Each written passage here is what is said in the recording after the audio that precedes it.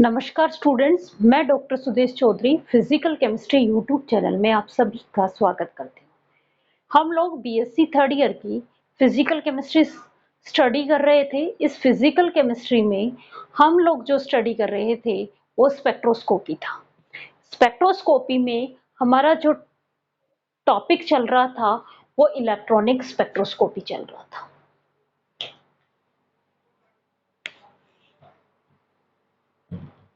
BSc third year में जो आपकी यूनिट थर्ड है वो स्टार्ट करवा रखी थी और इस यूनिट थर्ड में हम जो स्टडी कर रहे थे वो स्पेक्ट्रोस्कोपी स्टडी कर रहे थे। स्पेक्ट्रोस्कोपी में हम इलेक्ट्रॉनिक स्पेक्ट्रोस्कोपी स्टार्ट कर रखी थी।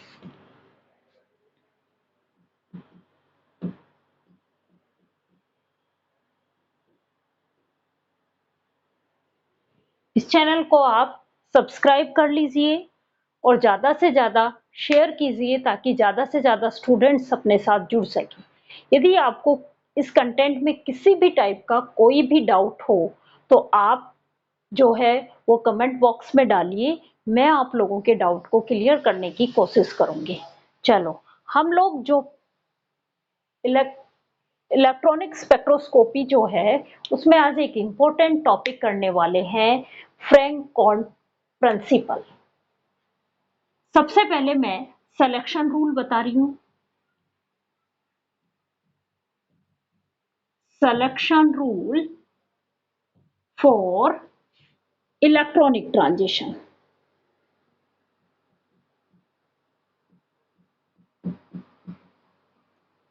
इलेक्ट्रॉनिक ट्रांजिशंस के लिए सिलेक्शन रूल, हमने हर स्पेक्ट्रोस्कोपी का एक सिलेक्शन रूल स्टडी किया था, तो अब हम इलेक्ट्रॉनिक स्पेक्ट्रोस्कोपी का भी सिलेक्शन रूल स्टडी करेंगे। पहला सिलेक्शन रूल, पहला ये है कि इलेक्ट्रॉन्स की स्पिन चेंज नहीं होना चाहिए। फर्स्ट क्या है कि स्पिन नोट चेंज। इलेक्ट्रॉन्स के पास दो स्पिन क्वांटम नंबर्स जुड़े हुए होते हैं। स्पिन क्वांटम नंबर दो होते हैं, +12 और -12, जिसको हम कैपिटल एस से डिनोट करते हैं, +12 और -12।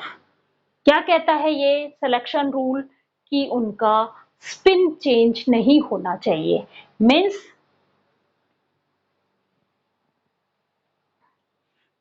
यहां पे इलेक्ट्रॉन्स प्रेजेंट हैं, एक का स्पिन +12 है तो दूसरे का -12 है। जब इसका ट्रांजिशंस हो रहा है तो ये उसी स्पिन से ट्रांजिशन करेगा जिस स्पिन से ये जाना चाह रहा है। देखो, यहाँ पे जो बचा हुआ है उसका +12 था, हमने इस वाले का +12 लिखा था, और जो गया है वो अपनी सेम स्पिन से गया है तो इसका कैसा है, -12 है। मीन्स स्पिन में चेंज नहीं होना चाहिए। पहला सिलेक्शन रूल क्या है, इलेक्ट्रॉनिक ट्रांजिशंस में इलेक्ट्रॉन्स के स्पिन क्वांटम नंबर में चेंज नहीं होना चाहिए। जिस स्पिन से वो लोअर एनर्जी लेवल से जा रहा है उसी स्पिन से वो हायर एनर्जी लेवल में जाएगा। दूसरा, इनकी मल्टीप्लिसिटी चेंज नहीं होनी चाहिए। Note change multiplicity.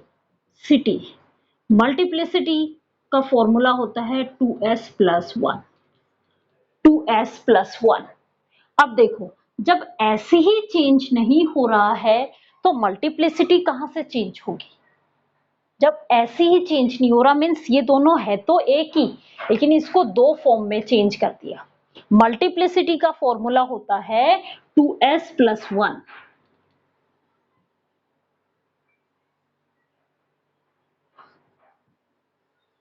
मल्टीप्लिसिटी का जो फॉर्मूला होता है वो होता है 2s+1। तो स्पिन नंबर ही चेंज नहीं हो रहा है तो उनकी मल्टीप्लिसिटी भी चेंज नहीं होती है।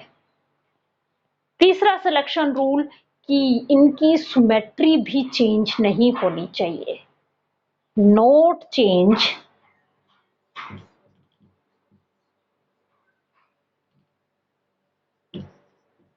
सिमेट्री।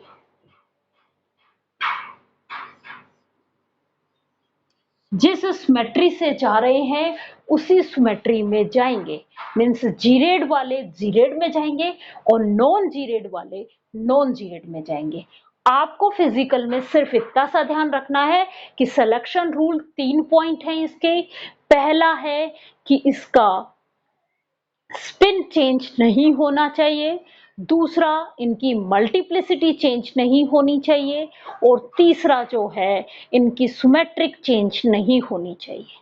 ट्रांजिशंस के दौरान उनके स्पिन नंबर चेंज नहीं होना चाहिए, मल्टीप्लिसिटी चेंज नहीं होनी चाहिए, और क्या चेंज नहीं होना चाहिए, सिमेट्रिक चेंज नहीं होनी चाहिए।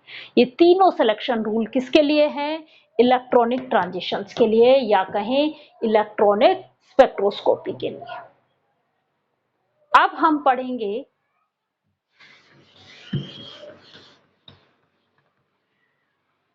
एक फंडामेंटल प्रिंसिपल। उस प्रिंसिपल का नाम है फ्रैंक-कोंड principal. Frank-Condon principal.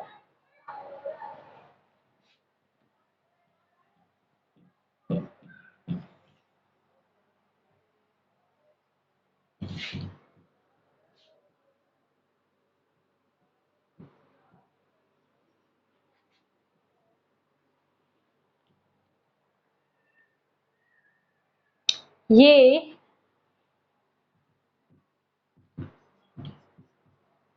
Absorption spectroscopy का फंडामेंटल प्रिंसिपल है। फंडामेंटल प्रिंसिपल है।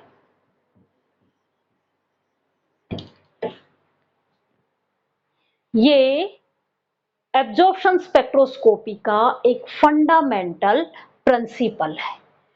इस प्रिंसिपल के अकॉर्डिंग जो ट्रांजिशंस होते हैं वो बहुत ही फास्ट स्पीड से होते हैं। जो इलेक्ट्रॉनिक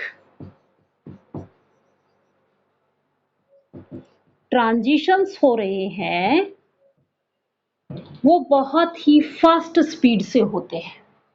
वो इतनी फास्ट स्पीड से होते हैं कि न्यूक्लियस में कोई भी चेंज नहीं आता है, न तो उसके मूवमेंट में चेंजेस आते हैं और न ही उसकी पोजीशन में चेंजेस आते हैं। इस प्रिंसिपल के अकॉर्डिंग इलेक्ट्रॉनिक ट्रांजिशंस जो है वो बहुत ही फास्ट स्पीड से होते हैं। इस प्रिंसिपल के अकॉर्डिंग इलेक्ट्रॉनिक ट्रांजिशंस जो है वो बहुत ही फास्ट स्पीड से होते हैं। ये लगभग 10⁻⁻15 सेकंड्स में ही कंप्लीट हो जाते हैं। ये इतने फास्ट स्पीड से होते हैं कि न्यूक्लियस को मूवमेंट करने का अवसर ही नहीं मिलता है। तो न्यूक्लियस की न तो मोमेंटम चेंज होता है और न ही न्यूक्लियस की पोजीशन चेंज होती है। इनमें केवल और केवल ओनली इलेक्ट्रॉनिक ट्रांजिशंस होते हैं। क्या होंगे? इलेक्ट्रॉनिक ट्रांजिशंस होंगे। न्यूक्लियस में कोई भी चेंजेस नहीं आता है। Note change nucleus. न्यूक्लियस में कोई भी चेंज नहीं आता है, न तो उसकी पोजीशन में चेंज आता है। नोट चेंज पोजीशन और मोमेंटम।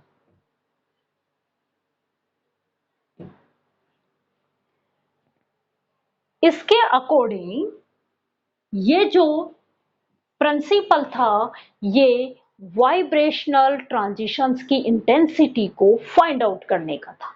इसके अकॉर्डिंग जो ट्रांजिशंस हो रहे हैं वो वर्टिकली होते हैं। मैंने आप लोगों को लास्ट वीडियो लेक्चर में लोअर एनर्जी लेवल और हायर एनर्जी लेवल के बीच में इंटरन्यूक्लियर डिस्टेंस बढ़ती जाएगी। तो मैंने आप लोगों को ट्रांजिशन समझाए थे, वहां पे भी हमने केवल वाइब्रेशनल ट्रांजिशंस को ही डिफाइन किया था।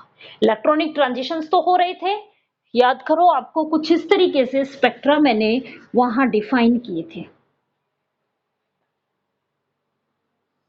दो एनर्जी लेवल्स हैं, एक पे वाइब्रेशनल एनर्जी लेवल्स, देखो जब हमने वाइब्रेशनल एनर्जी लेवल्स पढ़ाए थे तो इसी टाइप के बताए थे, जिसमें इंटरन्यूक्लियर डिस्टेंस ये जो थी ये इक्विलिब्रियम पोजीशंस पे थी।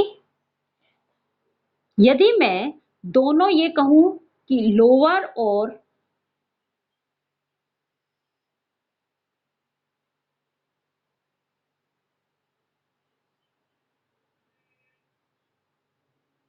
ये आपका लोअर एनर्जी लेवल था, इलेक्ट्रॉनिक लेवल,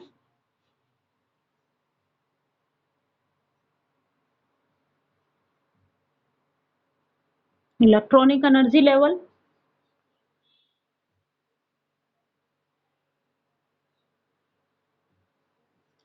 इस लेवल में बहुत सारे वाइब्रेशनल एनर्जी लेवल्स होंगे, ठीक पढ़ा था हमने।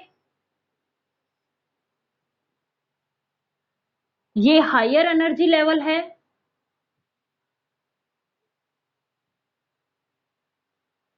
हायर इलेक्ट्रॉनिक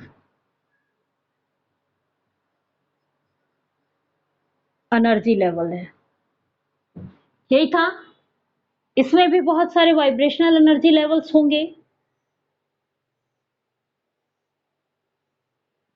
ये प्रिंसिपल क्या कहता है कि जो ट्रांजिशंस हो रहे हैं वो वर्टिकली होंगे, वर्टिकली स्ट्रेट लाइन में ट्रांजिशंस होंगी। वर्टिकली स्ट्रेट लाइन में ट्रांजिशंस का मतलब क्या है, यहाँ पे जो ट्रांजिशंस पॉसिबल, जो ट्रांजिशंस हैं, सबसे कम एनर्जी वाले जो ट्रांजिशंस हैं वो v इक्वल टू 0 और ये भी v equal to 0।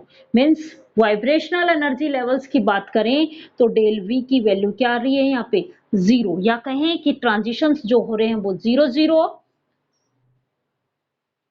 1 1 2 2 means similar vibrational levels में जा रहे हैं। ये भी किसके थ्रू निकल के आए ये प्रिंसिपल, ये जो कंसेप्ट था ये यही कंसेप्ट है फ्रैंक-कोहन प्रिंसिपल के अकॉर्डिंग। इस प्रिंसिपल के अकॉर्डिंग जो ये जो प्रिंसिपल है ये एब्जॉर्प्शन स्पेक्ट्रोस्कोपी का एक फंडामेंटल प्रिंसिपल है। ये प्रिंसिपल जो है वो वाइब्रेशनल ट्रांजिशंस की इंटेंसिटी को डिफाइन करने के लिए करता है कि पॉसिबल ट्रांजिशंस बता दिए तो इंटेंसिटी ज्यादा होगी, कौन से ट्रांजिशंस की, इनकी इंटेंसिटी ज्यादा होगी। तो ये प्रिंसिपल जो है वो वाइब्रेशनल ट्रांजिशंस की इंटेंसिटी को डिफाइन करने के लिए होता है। ये क्या कहता है कि इलेक्ट्रॉनिक ट्रांजिशंस जो है वो इतनी स्पीड से होते हैं और इतनी स्पीड से होते हैं, इतनी फास्ट स्पीड से 10⁻⁻15 सेकेंड्स में ही कंप्लीट हो जाते हैं कि उस न्यूक्लियस को मूवमेंट करने का मौका ही नहीं मिलता है। न उसमें किसी भी तरीके का मूवमेंट होगा, जब मूवमेंट नहीं होगा तो न तो उसकी पोजीशन चेंज होगी और न ही उसका मोमेंटम चेंज होगा। तो न्यूक्लियस में कोई भी चेंजेस नहीं आता है, केवल और केवल इलेक्ट्रॉनिक ट्रांजिशंस होते हैं। क्या होंगे, इलेक्ट्रॉनिक ट्रांजिशंस होंगे, किसके अकॉर्डिंग, इस प्रिंसिपल के अकॉर्डिंग। और ये ट्रांजिशंस जो होते हैं ये वर्टिकली होते हैं, ये रहे कैसे होते हैं, वर्टिकली स्ट्रेट लाइन में होते हैं। ये था आपका प्रिंसिपल। इसलिए इन ट्रांजिशंस को वर्टिकली ट्रांजिशंस भी कहा जाता है। क्या कहते हैं, वर्टिकली ट्रांजिशंस भी कहते हैं।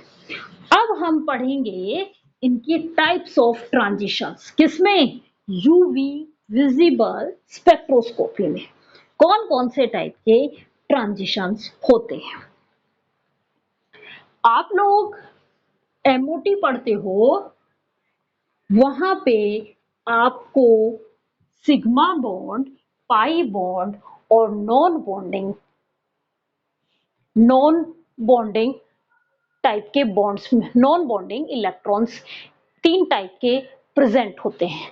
सिग्मा बॉन्ड मॉलिक्यूलर ऑर्बिटल्स के साथ, सिग्मा बॉन्डिंग मॉलिक्यूलर ऑर्बिटल्स के साथ साथ उनके एंटी बॉन्डिंग मॉलिक्यूलर ऑर्बिटल्स भी प्रेजेंट होते हैं। बॉन्डिंग ऑर्बिटल्स के साथ साथ एंटी बॉन्डिंग ऑर्बिटल्स भी प्रेजेंट होते हैं। वैसे ही पाई बॉन्डिंग ऑर्बिटल्स के साथ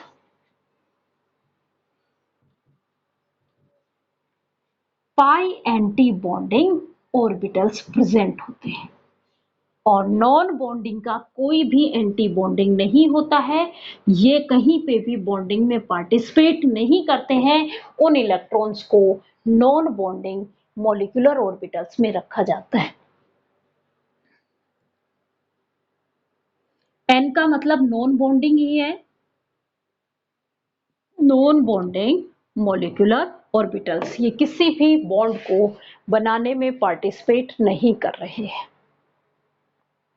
सबसे कम एनर्जी, मैं एनर्जी ऑर्डर लिख रही हूं, एनर्जी ऑर्डर, सबसे कम एनर्जी सिग्मा बॉन्ड की होती है, सिग्मा मॉलिक्यूलर ऑर्बिटल्स की होती हैं, फिर पाई की होती है, फिर नॉन बॉन्डिंग की होती है, फिर पाई स्टार की होती है और फिर सिग्मा स्टार की होती है। ये एनर्जी ऑर्डर है इनका। क्या है ये? Energy order. सिग्मा, पाई, नॉन बॉन्डिंग, पाई स्टार और सिग्मा स्टार, ये आपके इनका एनर्जी ऑर्डर है। अब जो है वो हम पढ़ रहे हैं टाइप्स ऑफ ट्रांजिशंस, कि कौन कौन से टाइप के ट्रांजिशंस पॉसिबल हैं। अब टॉपिक है types of transitions.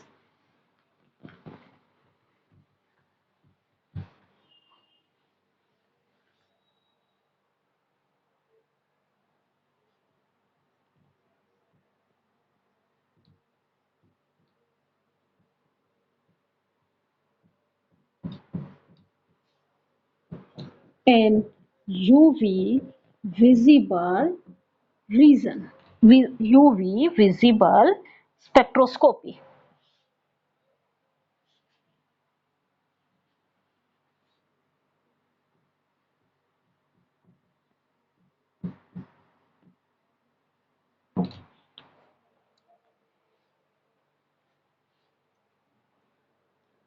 Sigma, sigma के साथ सिग्मा स्टार एसोसिएट होता है। फिर क्या होता है? पाई, पाई के साथ पाई का एंटी बॉन्डिंग प्रेजेंट होता है, पाई स्टार। और फिर क्या होता है? नॉन बॉन्डिंग, एन से डिनोट करते हैं। ट्रांजिशंस क्या क्या हो सकते हैं?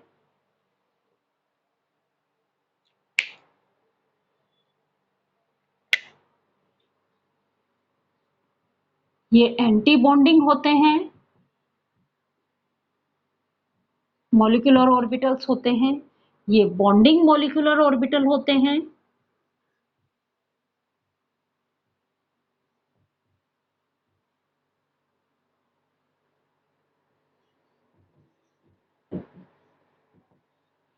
और ये नॉन बॉन्डिंग मॉलिक्यूलर ऑर्बिटल होते हैं।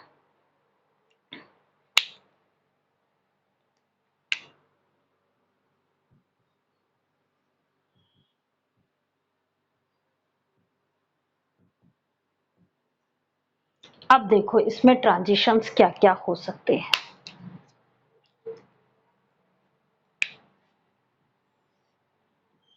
ये एनर्जी है आपकी। Sigma to sigma star transitions possible है। इस ट्रांजिशंस को हम क्या कहेंगे? Sigma to sigma star transitions, एक ट्रांजिशन। दूसरा transition pi to pi star transitions. दूसरा ट्रांजिशंस जो है वो sigma n to sigma star transitions. क्या होगा? दूसरा transition n to sigma star transitions. तीसरा transition pi to pi star transitions. तीसरा transitions pi to pi star transitions. और चौथा transitions n to pi star transitions. चौथा जो ट्रांजिशंस है वो n to pi star transitions. ये चार टाइप के ट्रांजिशंस किसमें मिलते हैं? यूवी विजिबल स्पेक्ट्रोस्कोपी में। ये चार टाइप के ट्रांजिशंस यूवी विजिबल स्पेक्ट्रोस्कोपी में मिलते हैं। अब हम अगले वीडियो लेक्चर में मैं आप लोगों को इन ट्रांजिशंस को कौन से कंपाउंड में कौन से टाइप का ट्रांजिशंस मिलेगा, उसमें कितनी एनर्जी रिक्वायर होगी और उसके लिए लैम्ब्डा की वैल्यू क्या आती है या वो कौन से रेंज में हमें मिलेगा, ये हम स्टडी करेंगे। Thank you.